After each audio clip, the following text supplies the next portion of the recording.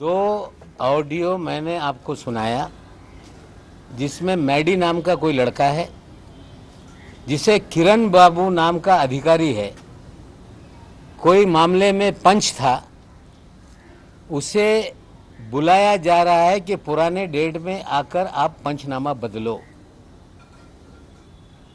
उन्हें डर लग रहा है कि दफ्तर में अगर आएगा तो कुछ गड़बड़ हो जाएगी। कहा जा रहा है कि बाहर मिलके हम लोग पंचनामा बदल लेंगे। लड़का वानखेड़े से बात करता है, कोई डरने की बात नहीं, साइन कर दो। क्या एनसीबी का फर्जीवाड़ा अभी भी बंद नहीं हो रहा है? क्या एनसीबी के वरिष्ठ अधिकारी इस फर्जीवाड़े में शामिल है? पिछले 1 साल से मुंबई शहर में फर्जीवाड़ा करके फर्जी मामले बनाए गए, हजारों करोड़ की वसूली की गई। हवाले के हमने सारे सबूत पेश करने का काम किया और एनसीबी ने कहा कि विजिलेंस जांच होगी। क्या हुआ विजिलेंस जांच का? एसआईटी का गठन किया गया, एसआईटी का क्या हुआ? क्या वसूली के खेल में क्या पूरा महकमा शामिल है क्या? और जब हमने फर्जीवाड़ा एक्सपोज करने का काम किया, अधिकारी के घर वाले हमारे खिलाफ कोर्ट में गए, मानहानि का दावा दायर किया, हमें बोलने से रोकने का प्रयास किया गया और हमने मानहानि के दावे में कोर्ट का आदर करते हुए वो सारे मामले कोर्ट के अलावा हम कहीं नहीं बोलेंगे। लेकिन उसी ऑर्डर में हमने स्पष्ट रूप से पूछा था कि अगर एनसीबी या केंद्रीय एजेंसियां कुछ गलत करेगी तो मुझे उस पर सवाल खड़ा करने का अधिकार है। ये मामला पंचनामा बदलने का है और हम पूछना चाहते हैं कि इस मामले को लेके डीजी एनसीबी क्या कार्रवाई करेगी बाबू पे, क्या कार्रवाई करेगी समीर वानखेड़े पे। हम पूछना चाहते हैं कि स्मगलर के जरिए पीआर एजेंसी लगाई जा रही है, ड्रग पेडलर के जरिए लाखों रुपया पीआर एजेंसी पे खर्च करके खबरों को प्लान किया जा रहा है। 1 तारीख के दिन एक खबर टाइम्स ऑफ इंडिया में छपी कि समीर खान के खिलाफ नारकोटिक्स कंट्रोल ब्यूरो ने हाई कोर्ट में जमानत रद्द करने की अर्जी दाखिल की है। अच्छी बात है, एजेंसी का अधिकार है। कोई भी जजमेंट आ जाए, उन्हें नहीं पसंद है तो उसके खिलाफ वो अपील दायर कर सकते हैं। रिया चक्रवर्ती के अंदर सुमित चक्रवर्ती के मामले में पिछले 1 साल से अपील पेंडिंग है। समीर खान के खिलाफ आपने अपील दायर की, कोर्ट से कागज निकलता तो बेहतर था। लेकिन जिस तरह से ये अनसाइंड पीआर एजेंसीज ने एनसीबी का जो प्लिंथ है उसे सर्कुलेट किया, इसका मतलब कहीं ना कहीं मेलेफाइड इंटेंशन से पब्लिसिटी करने का खेल शुरू है। एक और इसमें गहरा मुद्दा निकलता है। मैं आपको जोगले करके ऑर्डर की कॉपी सर्कुलेट करता हूं। पूरी तरह से फर्जीवाड़ा करके लोगों को फंसाया गया, ये ऑर्डर में स्पष्ट है। हमने ये मानहानि के मामले में भी इस चीजों को रखने का काम किया। जिस दिन जमानत हुई उसके बाद से लगातार कहा जा रहा था कि हम जमानत कैंसिल करने के लिए जाएंगे। और मैं जिम्मेदारी से बोलता हूं कि इसमें भी पूरी तरह से मुझे डराने का प्रयास किया जा रहा है। हम पूछना चाहते हैं कि मैन एक्यूज करण सजलानी है, 6 आरोपी हैं, सिर्फ समीर खान के खिलाफ क्यों ये अपील दायर की गई? जो करण सजलानी है, जिसके यहां से माल पकड़ा गया, जो सो कॉल्ड गांजा कहा जाता है, तंबाकू था, उसके खिलाफ अपील दायर नहीं की गई। राहिला फर्नीचर वाला के खिलाफ अपील दायर नहीं की गई। सिर्फ समीर खान के खिलाफ अपील दायर करके पब्लिसिटी का खेल शुरू हो गया। हम न्यायालयीन लड़ाई न्यायालय में लड़ेंगे। हमने मामला क्वैश करने के लिए भी हाईकोर्ट में डाला है। और जिस तरह से कागजात में कहा जा रहा है हाईकोर्ट में कि 84 KG so called positive report में आया है, इसी एजेंसी ने लोअर कोर्ट में लिख कर दिया है कि 1 किलो 100 ग्राम पॉजिटिव है, लेकिन जज ने उसे भी नहीं माना, सिर्फ 7 ग्राम का मामला था। हमें लगता है फर्जीवाड़ा का मर्यादा पार की जा रही है। अगर एनसीबी बहुत ही प्रोफेशनल एजेंसी है तो उन्हें बताना पड़ेगा कि अकेले सिंगल आउट करके समीर खान के खिलाफ क्यों अपील में गए, करण सजलानी के खिलाफ क्यों नहीं? क्या हमें डराया जा रहा है? उन्हें समझना पड़ेगा कि नवाब मलिक डरने वाला नहीं, तुम्हारे फर्जीवाड़े को पूरी तरह से खोलने का काम करेगा। पिछले 1-2-4 दिनों से जिस तरह से खबरें प्लांट की जा रही है, समीर वानखेड़े खबरें प्लांट कर रहा है कि मैं एक्सटेंशन नहीं मांग रहा हूं, मैं 3 महीने छुट्टी पे जाने वाला हूं। मेरी जानकारी है कि दिल्ली में लॉबिंग की जा रही है। 31 तारीख को एक्सटेंशन खत्म हो गया, रिलीफ क्यों नहीं किया गया? 31 तारीख को एक्सटेंशन खत्म हुआ तो उसको एक्सटेंड क्यों नहीं किया गया? अनडिसाइडेड किसी अधिकारी की पोस्टिंग क्यों पेंडिंग है? मेरी जानकारी है कि भारतीय जनता पार्टी के महाराष्ट्र के बड़े नेता एमएचए में लॉबिंग कर रहे हैं कि एक्सटेंशन दिया जाए। और मैं मुझसे पूछना चाहता हूं कि नेगेटिव रिपोर्ट भेजी गई है, अधिकारियों ने लिखा है कि फर्जीवाड़ा करने वाला अधिकारी है। पूरी तरह से गलत तरीके से केसेस को डील किया गया, गलत तरीके से लोगों को फ्रेम किया गया, और ऐसी रिपोर्ट के बावजूद महाराष्ट्र के कुछ प्रभावशाली भारतीय जनता पार्टी के नेता एक्सटेंशन दिलाने के लिए मिनिस्ट्री ऑफ होम अफेयर्स में लॉबिंग कर रहे हैं।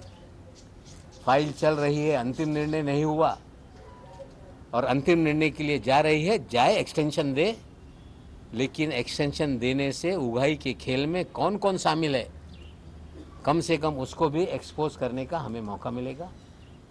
आज मैंने कुछ चीज़ें आप लोगों के सामने रखी, किस तरह से फर्जीवाड़ा करके बैक डेटेड पंचनामा बदलने का खेल किया जा रहा है, किस तरह से समीर वानखेड़े भी उस खेल में शामिल है, किस तरह से हमारे दामाद के खिलाफ सिंगल आउट करके अपील दायर की गई। एजेंसी का अधिकार है, हम लड़ेंगे। किस तरह से करण सजलानी ने जब पहले दिन गिरफ्तारी हुई थी, ब्लैंक पेपर पे साइन किया गया, उसका जवाब आज तक उन्होंने नहीं दिया। स्वयं उन्होंने लिख कर दिया है लोअर कोर्ट में कि 101 केजी 100 ग्राम पॉजिटिव है, जो कि रिपोर्ट में 7 ग्राम है। अब कह रहे हैं अपील के अंदर कि 84 किलो है।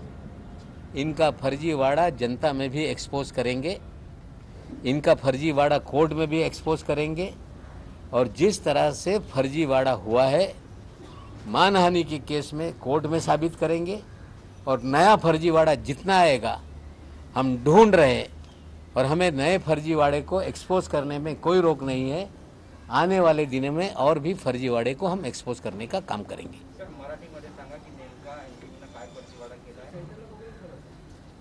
ज्या पद्धतीने मागच्या वर्षामध्ये 2 ऑक्टोबर नंतर एनसीबीचा फर्जीवाड़ा आर्यन खान केसमध्ये केपी गोसावी असतील, भानुशाली असतील, 25 कोटीच्या उगाईचा खेळ असेल, त्यानंतर बोगस कागदावर ब्लँक साईन घेण्याचा विषय असेल, हे सगळा फर्जीवाड़ा एक्सपोज केल्यानंतर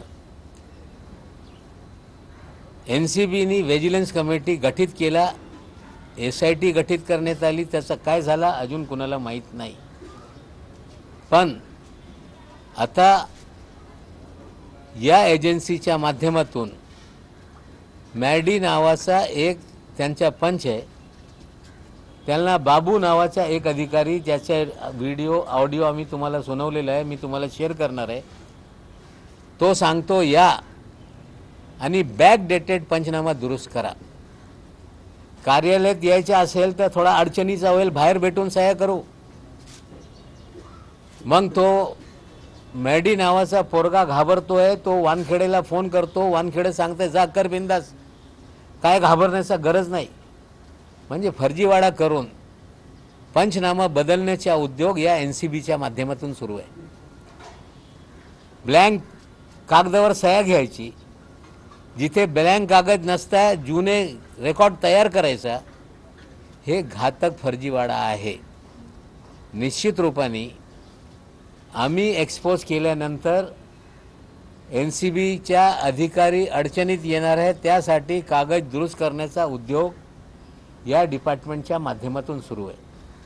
त्या उलट मी आपल्याला एक कागद सर्क्युलेट करतोय, जिथे अनसाइंड ऑफिसरच्या PR एजन्सी स्मगलर पेमेंट करताय, ड्रग पेडलर पेमेंट करताय, त्यांच्या माध्यमातून बातम्या पेरण्याचा धंदा या एजन्सीने सुरू केलेला आहे.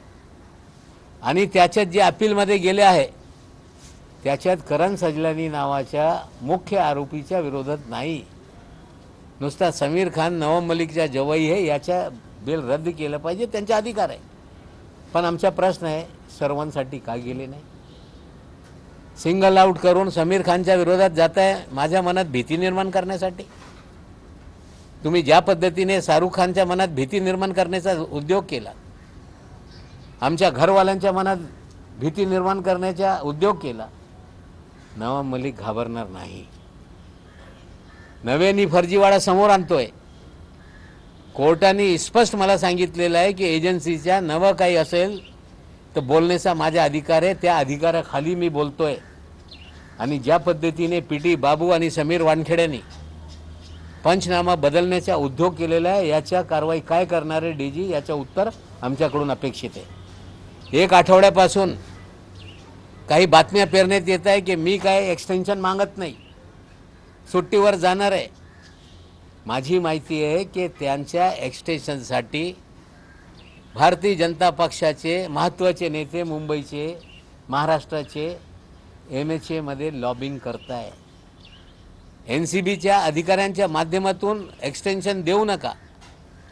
सगळे बेकायदेशीर कामं या डिपार्टमेंटमध्ये या अधिकाऱ्यांनी केलेलं आहे असे रिपोर्ट असताना भारतीय जनता पक्षाचे काही नेते त्यांना इथे ठेवण्यासाठी काही रस आहे. म्हणजे वसुली गँगमध्ये त्यांचा हिस्सा आहे काय? असू द्या, त्यांना इथे ठेवला तर आणखीन यांचा फर्जीवाडा एक्सपोज करण्यासाठी आम्हाला संधी मिळेल. पण ज्या पद्धतीने इतका होऊनही हे मुजोर अधिकारी ज्या पद्धतीने पंचनामा बदलण्यासाठी मस्त आहे, निश्चित रूपाने हा सगळा विषय इन्क्वायरीसाठी मी स्वतः पत्र लिहिणार आहे. कोर्टासमोर हा विषय घेऊन जाऊ आणि बरेचसे काही यांच्या आणखीन पुरावे माझ्याकडे आहे. टप्प्याटप्प्याने या NCBच्या लोकांच्या आणखीन फर्जीवाडे भविष्यात मी काढणार आहे. आज मला उत्तर अपेक्षित आहे की हे पंचनामा बदलण्यासाठी कट कारस्थान होत होता काय, याचे लेखी तक्रार व्हिडिओ आम्ही त्यांना सादर करणार आहोत. आणि NCBकडून आम्हाला उत्तर अपेक्षित आहे की या केसमध्ये करण सजलानी व इतरवर का तुम्ही बेल ॲप्लिकेशन रद्द करण्यासाठी केलं नाही, समीर खानसाठी सिंगल आउट करून का गेलं आहे, का आम्हाला आमच्या मनात भीती निर्माण करण्यासाठी उद्योग करताय. आम्ही घाबरणार नाही. आणि जे अधिकारी नियम तोडून बेकायदेशीर कामं करताय त्यांचा लढा हे लॉजिकल एंडपर्यंत घेऊन मी जाणार आहे आणि माझा लढा हे थांबणार नाही.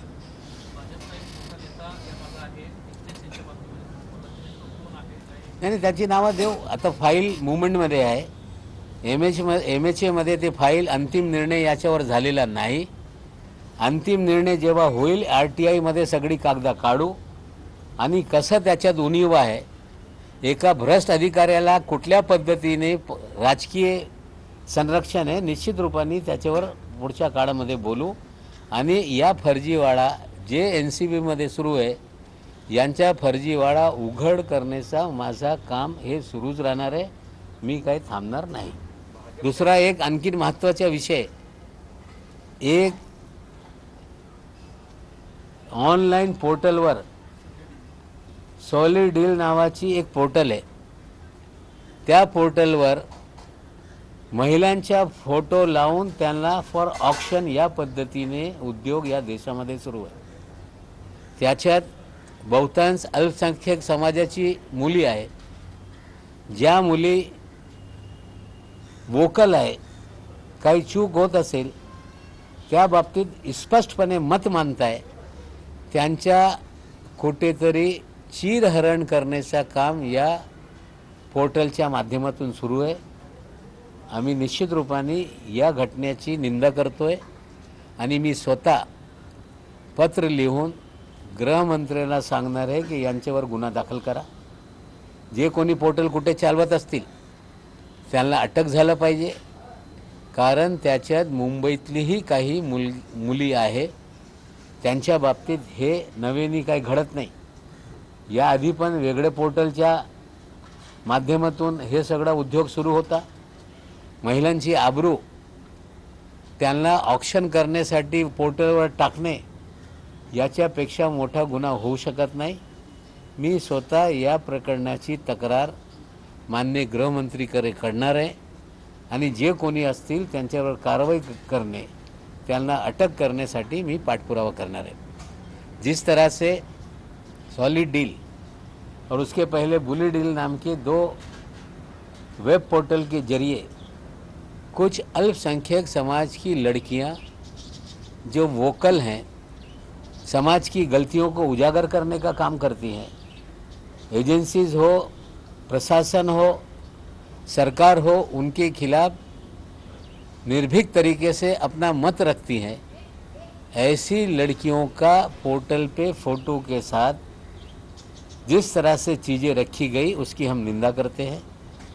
इन लड़कियों में कुछ लड़कियां मुंबई शहर की भी हैं, उनकी मेरी फ़ोन पे बात हुई है।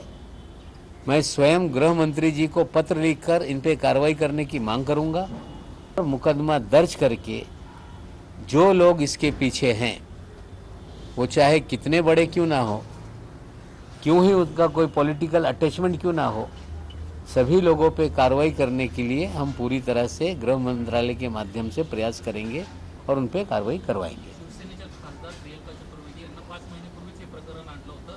केंद्रीय जे मंत्री आहेत अश्विनी वैष्णव यांच्याकडे तक्रार देखील केली होती, परंतु 5 महिन्यानंतरही या देशामध्ये या प्रकारच्या जे पोर्टल आहे, काही पोर्टल जे सत्ताधारी केंद्र सरकारमध्ये पक्ष आहेत यांचे समर्थक लोक चालवत आहेत। काही बोट त्यांनी निर्माण केलेले आहे, ट्रोल आर्मी त्यांनी निर्माण केलेली आहे आणि हे सगळं काम कुठे ना कुठे यांना शासकीय पाठराखण आहे याच्यापासून कुणाचा दुमत होऊ शकत नाही।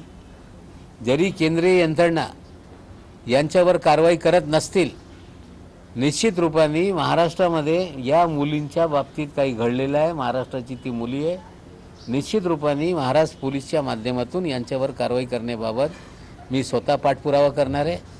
या पद्धतीने फर्जी बाळा यांच्यावर बाबावर कारवाई झाली, आता हे जे फर्जी पोर्टल चालून महिलांचे अपमान करताय, त्यांच्या आबरू हे कुठेतरी त्याच्यावर हल्ले चढवताय, त्यांच्या जीवनात अशांती निर्माण करण्याचं काम करताय, त्यांच्यावर कारवाई केल्याशिवाय आम्ही थांबणार नाही।